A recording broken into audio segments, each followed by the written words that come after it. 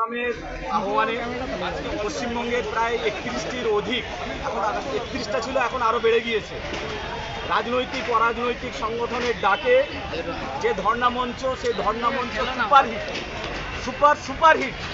কারণ এই ধর্ণা মঞ্চ 4টা মৌলিক দাবি, মূল দাবি নিয়ে এই ধর্ণা মঞ্চ শুরু করা হয়েছিল।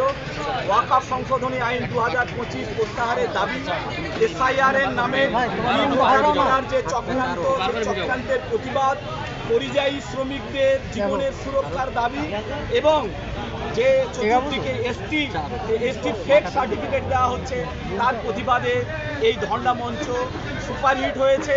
বিভিন্নভাবে এই ধর্ণা মঞ্চকে, এই ফোরামকে কলঙ্কিত করার চেষ্টা করা হচ্ছে, প্রশ্নবিদ্ধ করার চেষ্টা করা হচ্ছে, রাজনৈতিক এবং নির্বাচনী রং দেওয়ার চেষ্টা করা হচ্ছে।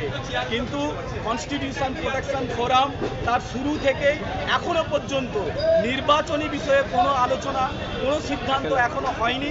আমরা আপনাদের মাধ্যমে যারা এই কনস্টিটিউশন প্রোটেকশন ফোরামকে সহ্য করতে পারছে না তাদের কাছে আমরা বার্তা দিতে চাইছি যে ভারতবর্ষের যে মৌলিক যে প্রবলেমগুলো আছে, এখন সংবিধান বিরোধী যে আইনগুলো কেন্দ্রের সরকার নিয়ে এসেছে তার বিরুদ্ধেই আমরা বাংলার মানুষ আমরা একত্রিত হয়েছি, একত্রিত হয়ে আওয়াজ তুলছি।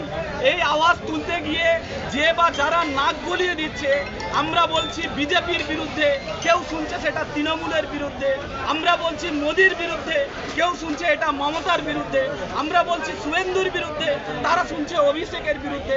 এটা তো আমাদের কিছু করার নাই। বাংলার মানুষকে আমরা বলবো যে এই যে 4টা মৌলিক বিষয় নিয়ে, মূল বিষয় নিয়ে আমরা আন্দোলন করছি, এই আন্দোলন এখানে থেমে থাকবে না, এই আন্দোলন আরো অগ্রগতি ঘটবে, এই আন্দোলন বাংলার কোনায় কোনায়, মহল্লায় মহল্লায় পৌঁছে যাবে। আপনার নাম, পরিচয়?